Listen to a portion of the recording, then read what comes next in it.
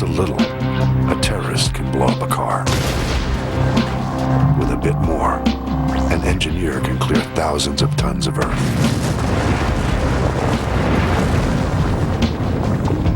And with some plutonium and a great deal of skill, scientists can forge weapons of mass destruction. Explosives help shape the modern world. Will they also destroy it?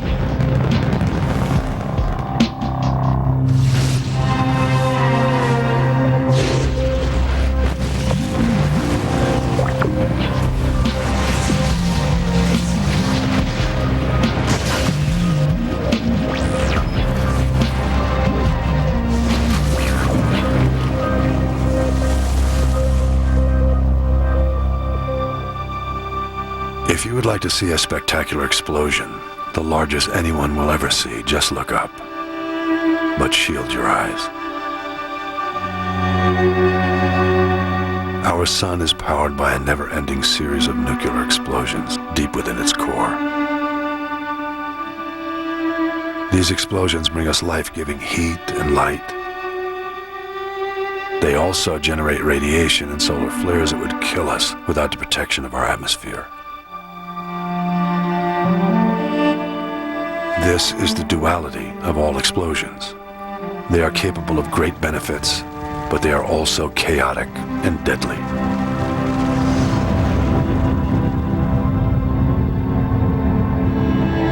Mankind cannot match the power of the sun, but our nuclear weapons come close. Nuclear bombs are like miniature suns with very brief lives.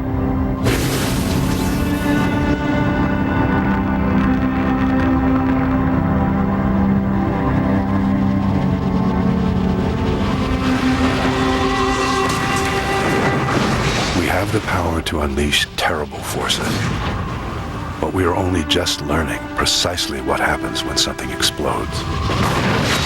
Well, as with most things, the more we look, the less we understand. Or the more we understand, but the more there is to understand. Lack of complete understanding has not prevented us from putting explosives to work, both as weapons of destruction and as tools for progress.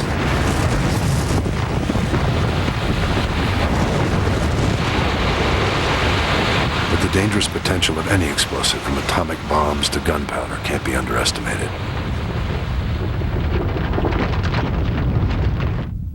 Few know this better than the explosives experts at the FBI. In the remote hills of Virginia, they test everything that could be used by a bomber, from easily found chemicals to military-grade munitions. Explosives are simply materials that store energy. That energy can be released in different ways.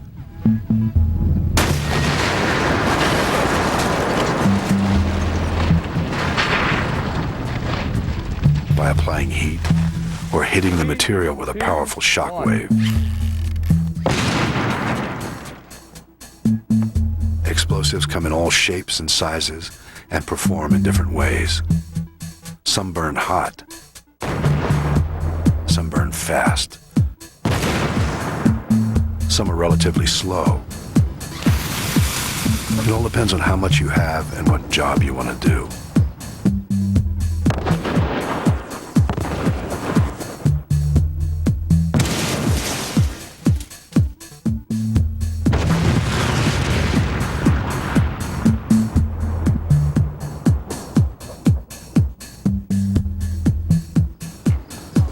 The incredible part about the explosive is that it's the chemical energy that's stored up within all of these substances. And by releasing the bonds that actually hold the chemicals together, releases a tremendous amount of energy. When we talk about pounds and tons of energy being thrust outward, we're pushing it against the air, and all of that energy creates a blast wave, a force that moves out. And that energy is what does much of the damage.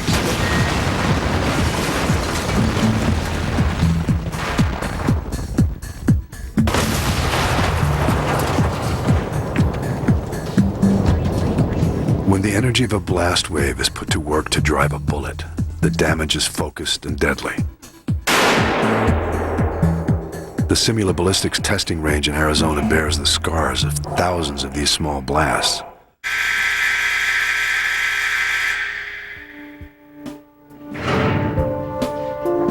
Researchers used this range to test bulletproof vests. Nice, good shot.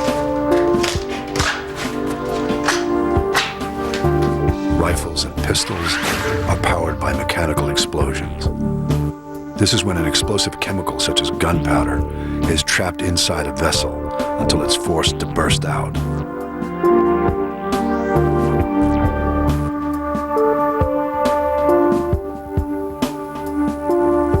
Gunpowder was invented in China over 1,000 years ago. It's a dangerous chemical mixture that violently releases its energy when it's exposed to flame. To power a rifle shot, a small amount of powder is loaded into a shell casing behind a steel bullet.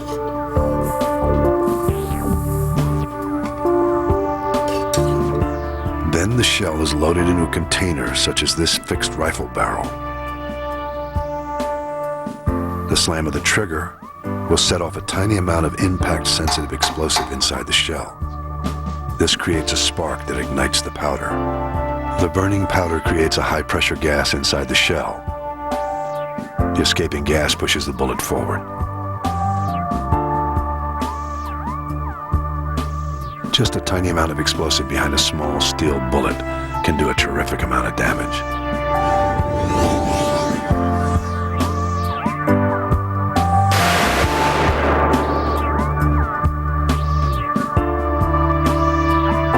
This is what happens to a simulated human torso when it's hit by an armor-penetrating bullet.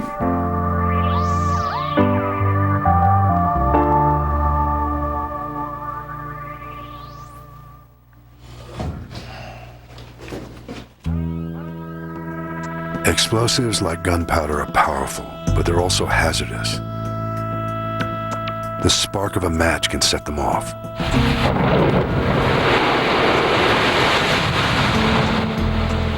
The struggle for chemists has been to develop explosives that get the job done, but are less sensitive to heat or shock.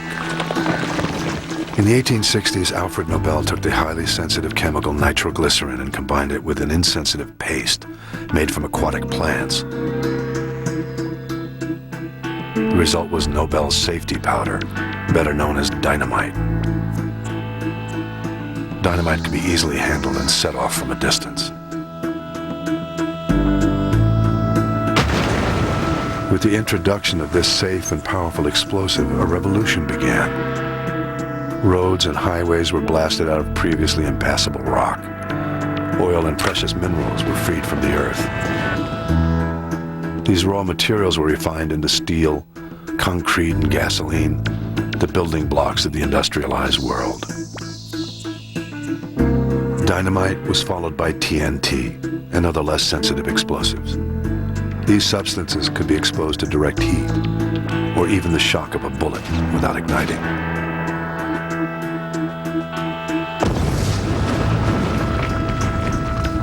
To detonate, these explosives require the high heat and pressure generated by a blasting cap. Blasting caps are small devices that create brief but powerful shock waves. The combination of fuse, blasting cap, and high explosive is still used today. 3, 2, 1, fire in the hole.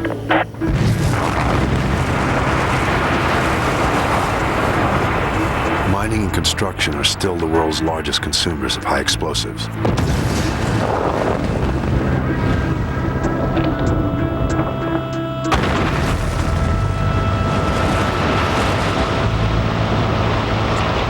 But although the mission is the same, the explosives have changed. Here in California's Mojave Desert, miners blast into rocky ground and dig out borate minerals.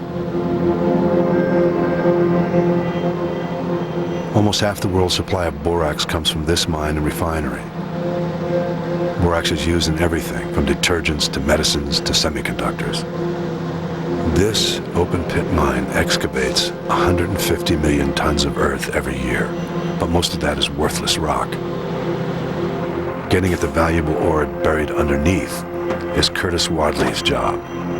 He's the mine's head of blasting, and today he's going to set off more than 250,000 pounds of explosive. Hey Mike, hold this hose so I get this straightened out. Working with explosives is part science and part art.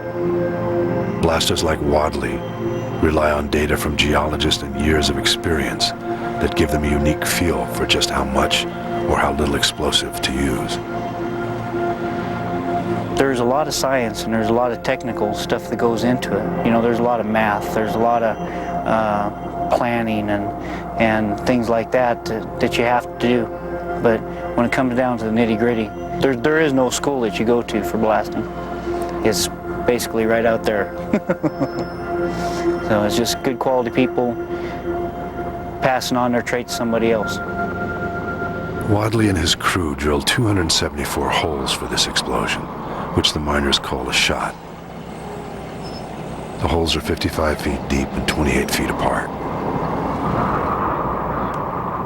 If the holes and charges aren't precisely aligned, the rock won't shatter the way the miners want it to. Everything is tracked with a global positioning system. This large blast would be created by a series of chain reactions, starting with a low-powered detonator and ending with an enormous explosive charge. At each hole, Wadley jams a blasting cap into a block of high explosive. This is called priming the shot. The explosive is a booster that will magnify the explosion of the blasting cap. It generates the heat and energy that will set off the primary explosive in the chain, a compound called ANFO. ANFO is a blend of ammonium nitrate and fuel oil. It's harmless until it's mixed here on site, inside this truck. ANFO has virtually replaced dynamite and TNT in mining. We'll get almost done. Might even get this whole row. Go ahead, Monty. Ready for the blast? By noon, the shot is ready to go. Each hole will detonate separately, at least 8 milliseconds apart. If all the explosives went off at once, the energy would have nowhere to go but up into the air. 7, 6. The staggered blast will create a path for the energy to follow. 2, 1. Fire in the hole.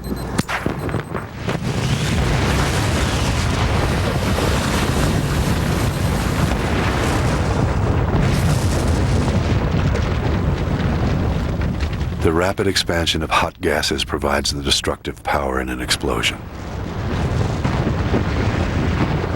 The trick for blasters is to contain and channel those gases. As the explosive train is triggered, the gases rip through the rock in a south to north pattern. Empty holes at the end of the grid give the gas an escape route. This effectively stops the explosion. The result is a field of naked ore, ready for extraction. And by late afternoon, Curtis Wadley drills holes for the next big shot.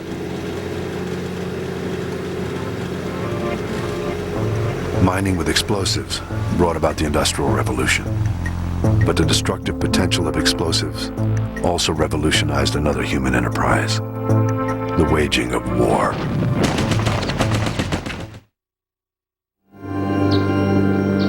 His weapon will be tested at Site 300, a high-security bunker nestled in the mountains of Northern California.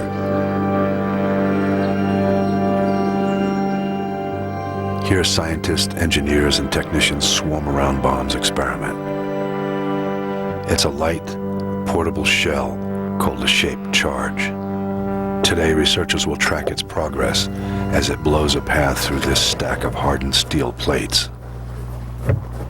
The operating principle of a shaped charge is that an explosive surrounds a metal liner which is in the shape of a cone.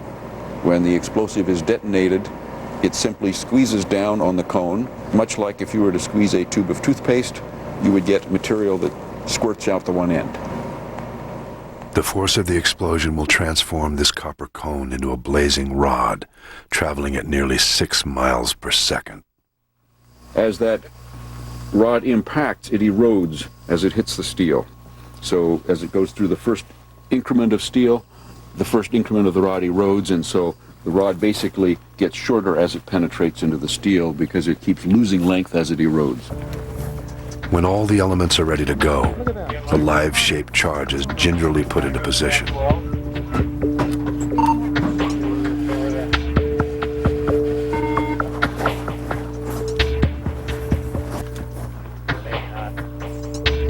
Then the team retreats to the safety of the bunker. Everyone within miles of the test has to be accounted for. Would you check the progress of the muster with Jamie, please? Stand 4. Leland Collins. Leland Collins, right here. Kent Haslam. Haslam hallway. John, safety key. Give it to Dave. Let's go ahead and shoot. Okay, I'm ready to start the sequence. Stand by. People sometimes question how I view the products that result from this work. And perhaps 10 years ago, during travel, I was noticing many, many young service men and women with large groups of family members. And the thought that struck me was, these are young people, they're going out there, they're believing they have the best technology, the best equipment there is. And at that time, it hit home to me that I would like that to be a reality, that they have the best equipment that there is, that they are as well equipped as they think they are. 5, 4, 3, 2, 1, fire.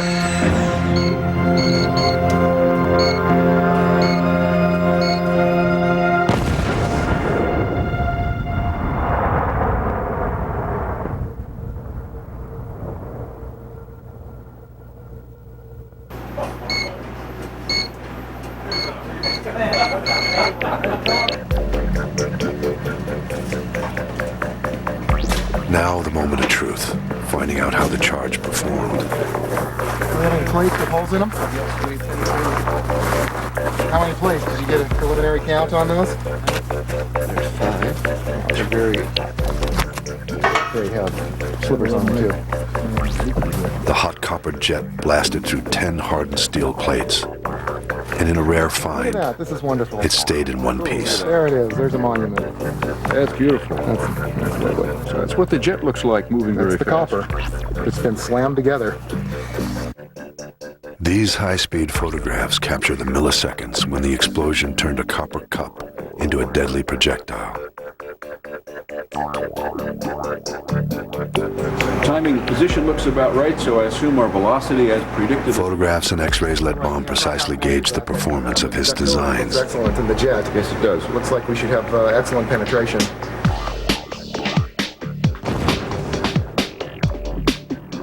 Like all high-end explosives research, the details of this experiment are shrouded by a thick veil of security and by the inherent difficulty of the physics involved. But the basic principles of chemical reaction and containment that drive most explosions are not hard to learn. This is one reason energetic materials have become favorite tools of terrorists. In 1995, militants placed a homemade bomb outside of a U.S. government building in Oklahoma City. They filled a Ryder rental truck with fuel oil and 2.5 tons of ammonium nitrate to add power to the blast. The bombers assumed that all traces of their crime would be destroyed in the explosion. But to the investigating chemist at the FBI, this nightmarish scene was filled with clues. In the Oklahoma City case, there were samples that were submitted in that were portions of the Ryder truck, the exterior box portion. Each piece of that material was analyzed using a microscope, back and forth looking for pieces of unconsumed material on that surface.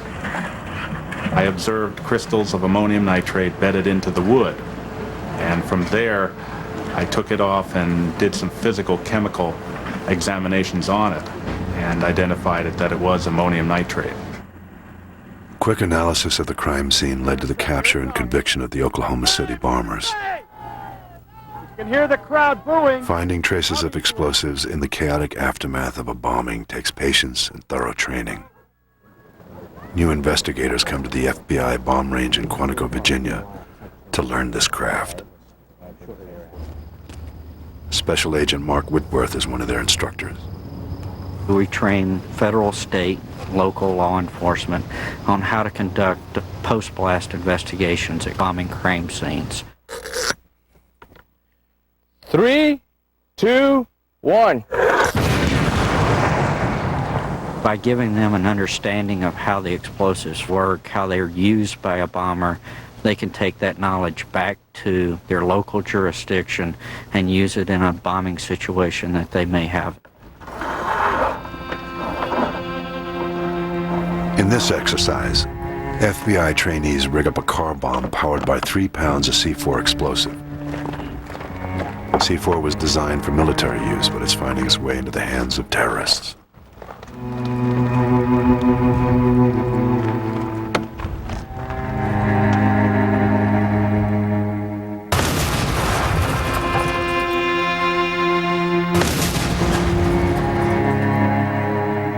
When a bomb explodes, a blast wave pushes all the air molecules out of the center of the explosion, momentarily creating a vacuum.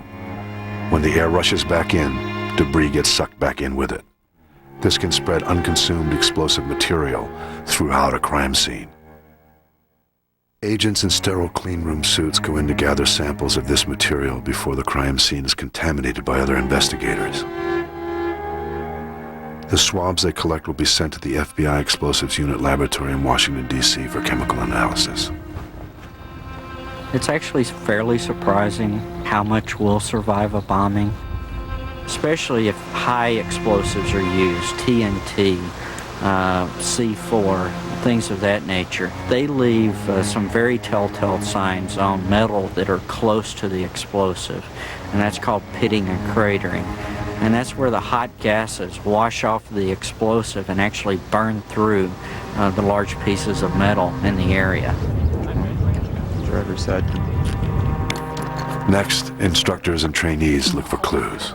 You're hitting there's a piece of metal on the side that you're hitting, you're not going to open it.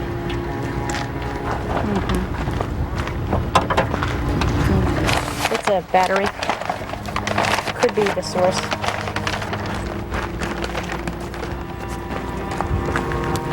We want to make sure that the evidence is properly packaged in the scene, travels to the laboratory in a pristine state, arrives in the laboratory in a sealed state. We'll open up the first can. And then we will analyze it right here in the laboratory, and we're the first ones who open up that bag. Q1's got a... In the trace evidence examination room of the Explosives Unit laboratory, chemists search for items common to bombs, such as shards of blasting caps, batteries, or metal objects used to generate shrapnel. To extract any possible explosive material, a chemist takes the swabs from the crime scene and separates organic and inorganic materials by rinsing the samples with either acetone or water. Now the material is ready for chemical analysis. Extracted samples are run through an array of machines that sniff out and precisely identify molecules of explosive. This analysis used to take days. Now can be performed in less than a minute.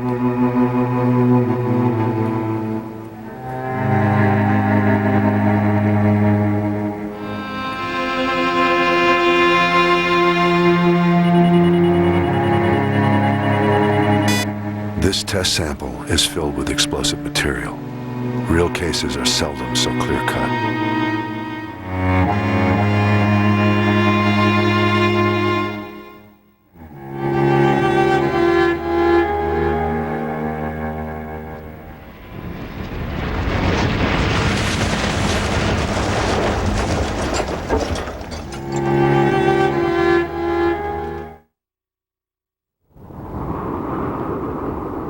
The ultimate explosive device was born here, in the desert sands of the southwestern United States. During World War II, a team of physicists created the Trinity device, the first atomic bomb. It was powered by nuclear fission, which forces the nuclei of atoms to split.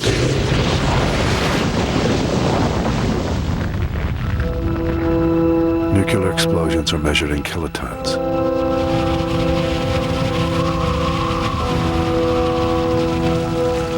facility produced a 19-kiloton blast. It was the most powerful man-made explosion in history, but just the first of thousands of atomic tests around the globe. After World War II, tensions between the Soviet Union and the West quickly escalated. This led to the creation of the hydrogen bomb, the first thermonuclear device. Some called it the super bomb.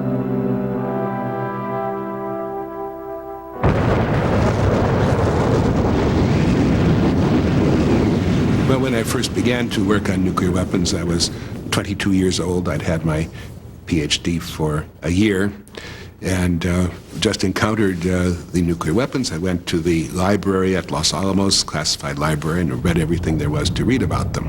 And so I looked at everything that had been proposed, and instead of an experiment, I came back with a drawing of the hydrogen bomb as it was tested 16 months later.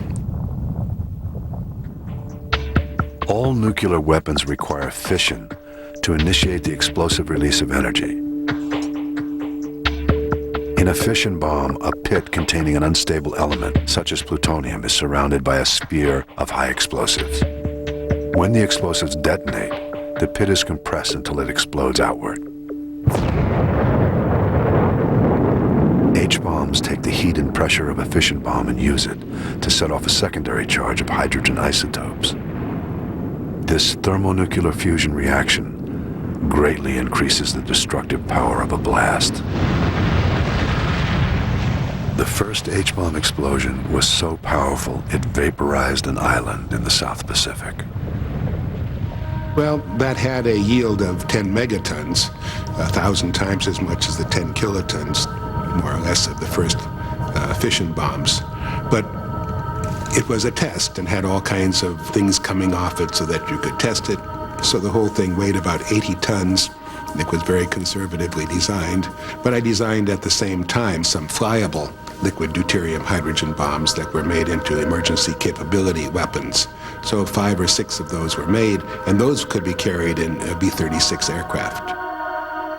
This raised the stakes for both sides. Now a single bomb could incinerate an entire city.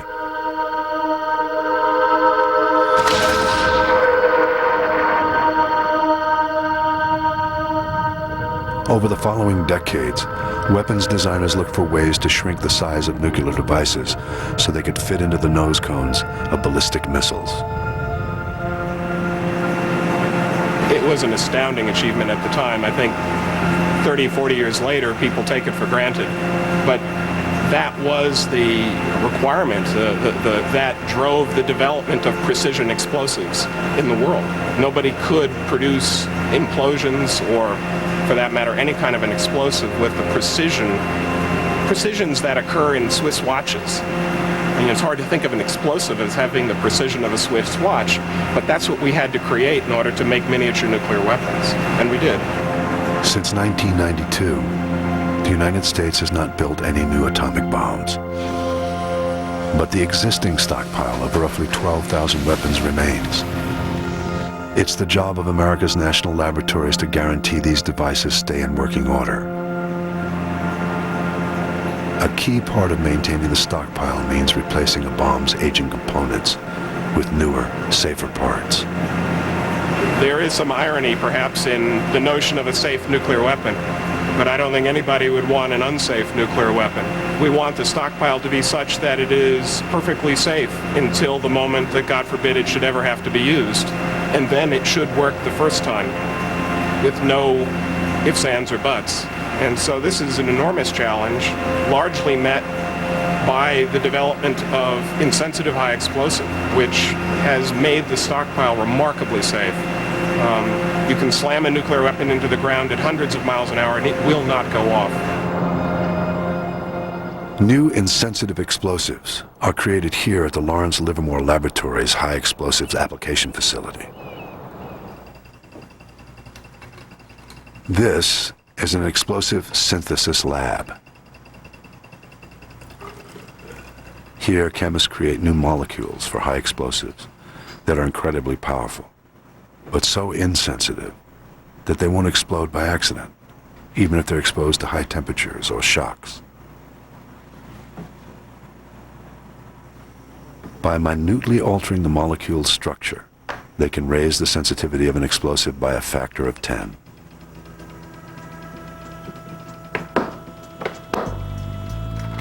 The fruits of their research are kept locked up in this explosives magazine. Roz Swanzinger is one of the trusted few with access to the world's most dangerous closet. You're always mindful that you are handling explosives. And among my other jobs, I chair the laboratory's Explosive Safety Committee. And so I'm very mindful of explosive safety concerns with everything I do, because I think it would be a terrible black eye for the chairman of the safety committee to do some stupid thing and have an explosives accident. When we are training people, we look for people who are aware and careful, but not afraid of what they're doing. Being afraid of it will make you more dangerous. Swanziger is a formulations chemist. She takes pure new explosives and finds ways to put them into a usable form, combining them with polymers, waxes, or fuels. Her products find their way into the key explosive components of a bomb. There are really not very many women in the explosives business, and it's a fairly small business anyway. There aren't that many guys either. But I did go to a big meeting up at Los Alamos a couple of years ago. It was the bomb and warhead meeting, which sounds really very much a guy thing, and it was. It was so bad I looked around and counted the house. There were 150 men and 2 women. The problem the labs face today is to make sure their weapons work without firing them off. During the Cold War, this was not an issue. Researchers simply traveled to the Nevada test site, ground zero for hundreds of atomic shots. This high-security facility is sprawled across 1,350 square miles of desert.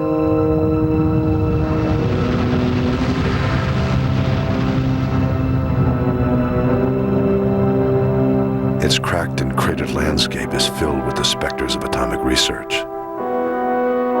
Blasted out houses,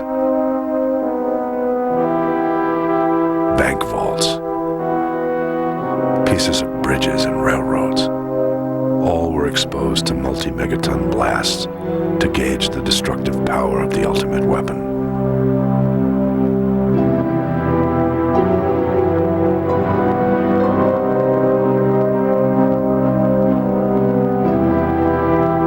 Project IceCap is the final monument to Cold War testing. In 1992, a nuclear warhead sat in the middle of this 8-story high apparatus, waiting to be lowered 1,600 feet into the earth and detonated. But as it was being prepared for the final countdown, President George Bush ordered a freeze on all nuclear weapons testing. Now IceCap stands abandoned, another skeleton in the NTS graveyard.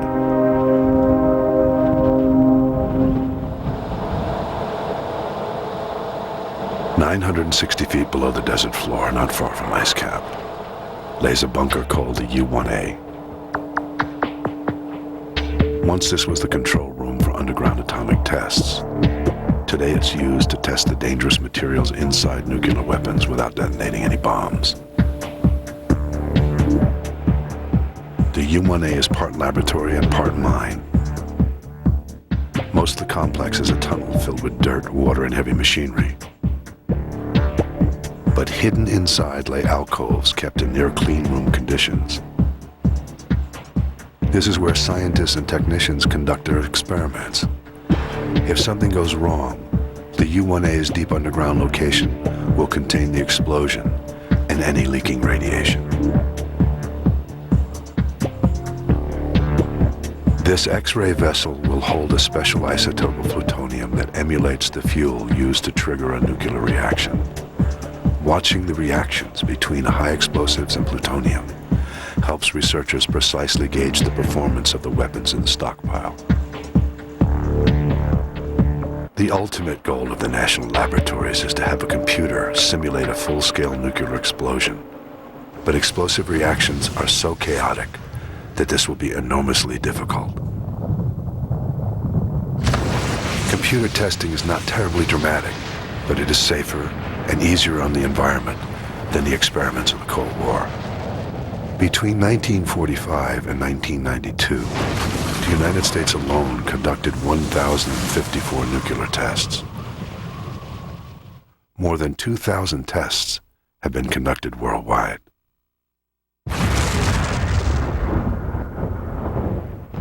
Those figures reflect the proliferation of bombs in the world. In the 1960s, the U.S. reached a peak arsenal of 33,000 nuclear warheads. By the 1980s, the Soviets had amassed 45,000 atomic bombs.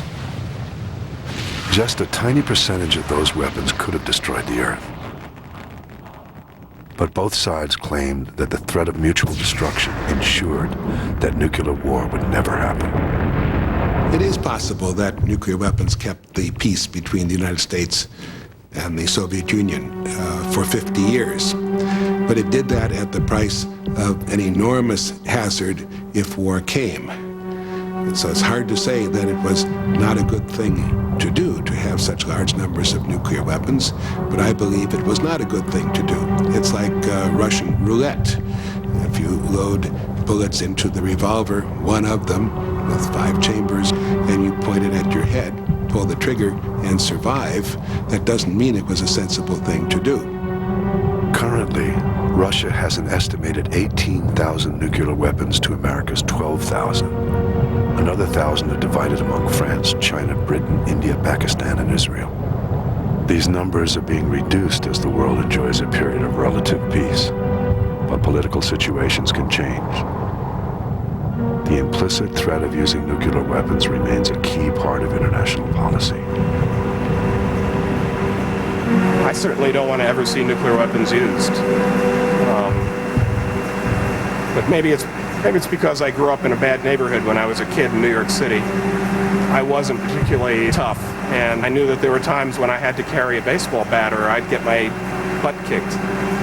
And I think the world has got a lot of bad actors in it. And until such time as there are no bad actors, I want to know that the United States is protected by nuclear weapons. And if we do it right, we should never have to use them. So no, I don't have moral qualms about this.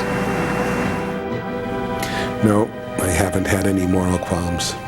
But maybe that's a lack of imagination on my part.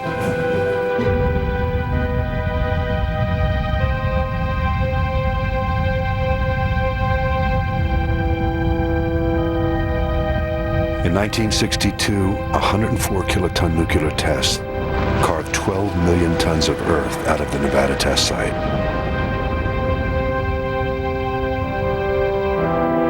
The result was this crater, 320 feet deep and 1,280 feet wide.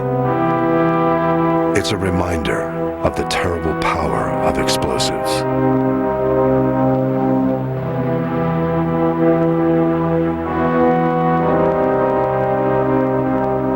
The energy stored in our explosive potions and powders has changed the world, largely for the better. But the destructive potential of every explosive, large and small, must be respected and even feared. To do any less is to invite mistakes and abuse that could be catastrophic, not just for individuals, but for the entire human race.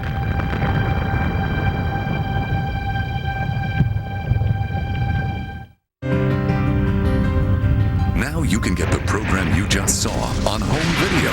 Own it today. For only $19.95 plus shipping and handling, you can experience all the emotions. Journey through life's twists and turns, from great tragedy to the unexpected joy, and share in all the toughest challenges. Have this hour-long program delivered to your door. Call now to order, because there's no thrill like discovery.